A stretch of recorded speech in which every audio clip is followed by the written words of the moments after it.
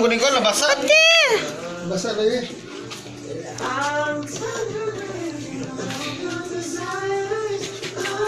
Sino lagi na? Tiri, oh. Di mo na de. Ako na. Philip. Philip, bebe.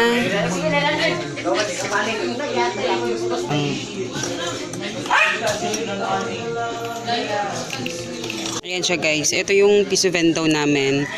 Ayan. Nawala na yung nilagay ko dito na ano. Pero actually dito, alam na kasi ng mga taong tagal na kasi nito. Kaya alam nila na ano, kasi walang iba may piso vento dito. Ako lang, yun din dito. Kaya alam na nila. Ayan. Sa mga nagtatanong po kung kumusta na po yung piso vento, ayan. Ayan po siya. Still working and kicking.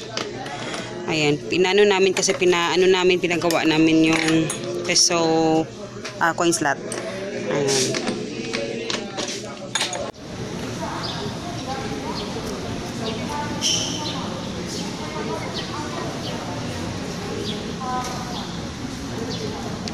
Hello guys! Ayan, good. Ano ngayon? Good afternoon. Kakarating lang namin, no? Galing tanawa si Muti daw. Wait lang. So, ayun. Medyo inantok ako.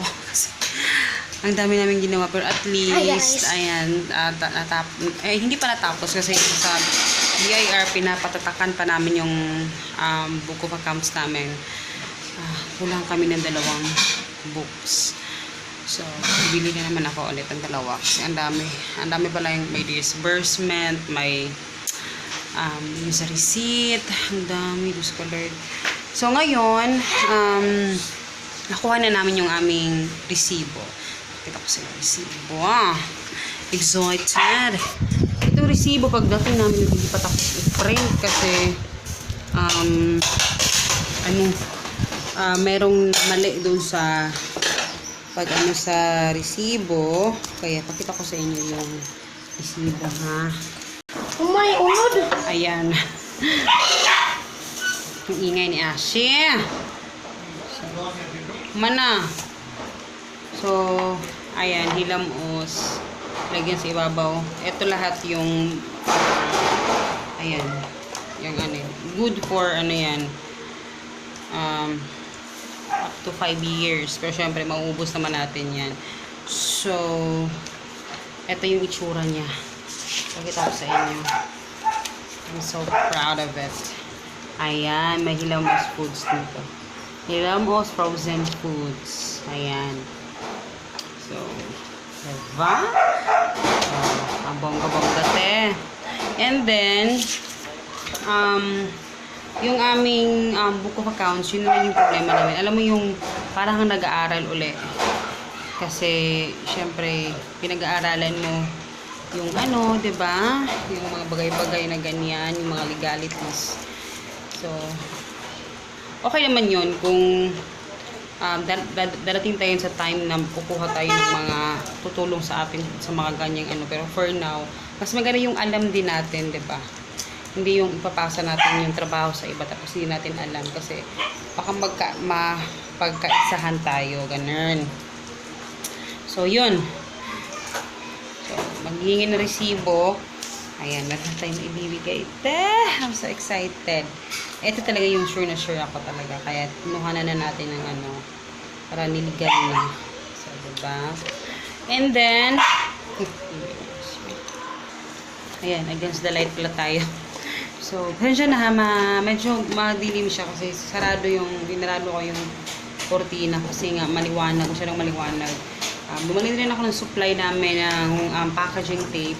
So, bumili talaga ako ng maraming supply kasi ito, ginagamit talaga namin to everyday pag nagpapak kami ng mga orders. So, talagang madami talaga.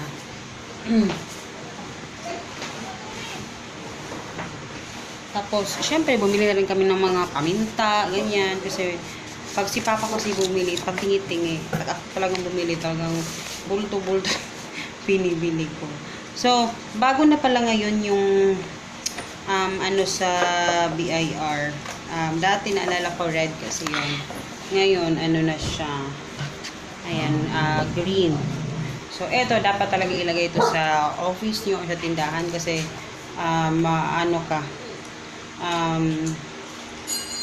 meron kang mababiolate na batas. Kaya kailangan talaga ilagay ito. Tapos yung isa din, ilalagay din natin itong 2303. Yan, ilalagay natin. Ayan, hello guys! Good afternoon. So, nakatulog ako kanina, in fairness. Kami tatlo actually natulog, pero si Papa, mabilis din siyang natulog. And ako medyo natagal-tagal ako nakatulog. Sinabayan ko si Hagrid. And, ayun, nagtapos na ako mag-pack ng orders. Hapon na. Ngayon parang kami mag-start mag-deliver. So, first ito, tapos mamayang gabi meron pa. Kasi kulang ng stocks. So, kukunin namin yung stocks na lumpia doon sa production area ng mga lumpia. So, kukunin natin kasi short na kami dito. And, yun yung ating nagawa na today. And actually meron pa akong gagawin sa freezer namin ng kalat-kalat na doon. May mga lalagyan pa ako ng mga stickers and everything. And si Hagrid naman is ayun, lumabas na dun sa mga friendship niya. Medyo medyo makulimlim, kaya expect na namin na uulan ito ngayon. And meron pa akong mga tutupiin, ang dami pang gagawin, pero carry lang kasi na-recharge ako, in fairness, nakatulog talaga ako. Kaya yun yung gusto ko talaga, pag nakatulog talaga ako. And mahaba pa yung oras ko. And hindi dumating yung globe today, sabi itatry nilang maikabit yung globe namin today, pero sad to say hindi ito dumating. So 3 days kasi yung binigay sa amin na parang connect. So expect namin na bukas or sa susunod na araw, kung sana meron na bukas kasi wala na kaming internet. Paano kami hindi ako makakapagsagot ng mga inquiry. So yun, iba na i-deliver, ayun pa. Yung iba naman nasa motor na. And mamaya meron pa, mamayang gabi. And yun yung tutupiin ko. Ang dami ko pang tutupiin. And yun. So dyan kami natulog kanina sa carpet. So yun, hindi ko pa naayos itong ating mga resibon. Ano na ito. Kasi talagang natulog talaga ako guys. Literal na natulog ako kasi kailangan ko ma-recharge. Ayan, hello guys. Good afternoon. And actually, kahapon, Bisaya na. Kahapon, hindi ko natapos yung vlog. Kasi meron ako sasabihin, di ba? And, yun nga, yung update doon sa nag-update ako, di ba, sa Piso Wi-Fi. So, ayun, kasi marami natatanong kasi doon sa Piso Wi-Fi namin. And, matagal na rin yung Piso Wi-Fi namin. Actually, yung Piso Wi-Fi namin guys, lang talaga yun, pang grocery namin. Yun talaga yung, niya, kasi nakakapag-grocery talaga kami doon. Pag nag-harvest kami.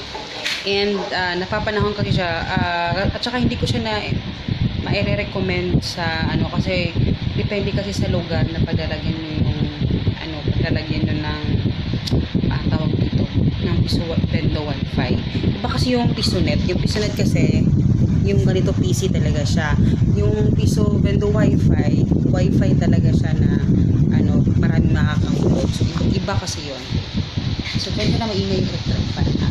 So, dito ko ngayon nag-iinit ako kasi magkakapi ako. And, 4 na ng hapon. And, tagay water na. So, yun. So, tagay water. Please lang. Yara sa gawas ko ay. So, anyway, yun. And, ano po yung ayun. Gusto ko i-share. Siyempre. Sa, naman, sa experience ko naman about sa business ko. At saka, siyempre naman, nag-fail na business. Hindi ko masabi nag-fail talaga yun. Kasi, marami naman akong lessons na nakuha doon. And, so, ayun. So, pinahinaan ko yung electric fan, init kasi guys. So, ayun. Kasi syempre, pandemic ngayon. Gusto kong, kasi alam ko, ngayong pandemic, dito talaga na-test yung ating abilities pagiging negosyante. Diba, ha? So, nasa na ba ako? Kasi ako, nagtimpla ako ng, kape ko. Ayan, may coffee. Ayan. Nasa na ba ako yung sinasabi ko? Ayun. Ayun. Kasi, ito yung maibibigay ko na take away doon sa sa mga gustong magnegosyo, no? And hindi naman ako eksperto dito, pero syempre marami rin akong pinagdaanan na negosyo, ilang negosyo na yung napasok ko. And sa pagnenegosyo na ko na yon, yung mga na-realize ko, natutunan ko na, kasi dati, di ba yung sinasabi sa inyo, huwag talagang magre-rely sa isang income lang. And kailangan merong mga extra na sideline, mga extra na pumapasok, 'di ba? So yun yung sinabi ko sa inyo. So nung nag-pandemic, 'di ba? Doon ko napatunayan talaga na nasa tamang daan. Noy-noy lang yung peg. Nasa tamang daan yung tinaha ko kasi meron akong mga extra na hindi alam ko, kasi na darating talaga yung time na alam mo yun, darating yung time na magkakaproblema ka sa isang income, lalo na kung mas nakakatakot pa kung siya lang talaga yung doon ka lang talaga kumukuha lahat ng pangangailangan sa pamilya mo. And yun yung ko, and kailangan merong isang income na just in case hindi man yung magiging source of income talaga na pinakamalaki yung kita doon, pero at least meron ka pa rin makukuha just in case lang na yung isa na income is may mabali na isa, 'di ba? Parang gano'n. So yun yung napatunayan ko na okay, thank you Lord, tama pala yung naging decision ko.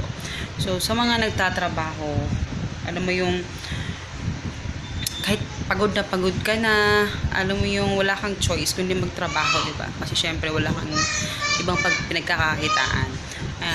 Ngayon kung nagtatrabaho ka, importante na meron kang kahit pa konti-konti extra income lang na pumapasok, di ba? Parang pa konti-konti, ganyan. Hindi yung talagang nagre-rely ka ng yun sa sahod mo.